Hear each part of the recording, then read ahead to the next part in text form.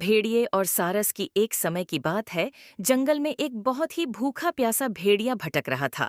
काफी देर भूख प्यास में भटकने के बाद भेड़िए को शिकार के लिए एक पक्षी दिखा और भेड़िया उस पक्षी को मारकर खा गया। जब भेड़िया जान पक्षी को खा रहा था तो भेड़िए के गले में पक्षी की एक हड्डी फंस गई। अत्यधिक प्रयास करने के उपरांत भी भेड़िए के कंठ से हड्डी निकलने का नाम नहीं ले रही थी।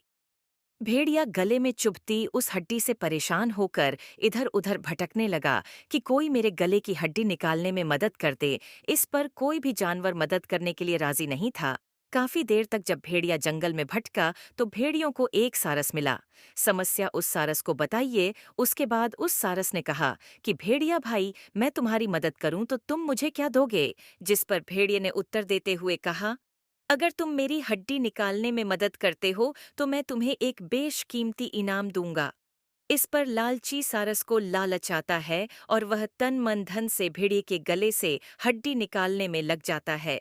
अब अपनी बहुत लंबी चोंच को भी लेकर मुंह में डालकर गले में फंसी हुई हड्डी को बाहर निकालने की कोशिश करता है, जिस पर वह कामयाब हुआ। जैसे ही सारस में गले में फंसी हड्डी को बाहर निकाला, वैसे ही भेड़िया बहुत खुश हुआ और वह उछल कूद करके नाचने लगा। जिस पर सारस ने भेड़िए को बोला कि अब मुझे क्या इनाम दोगे? इस पर भेड़िया कोई उत्तर नहीं देता है। सारस को भी समझ आ जाता है कि भेड़िया ने उसको झूठ बोला और भेड़िया वहां से जाने लगता है।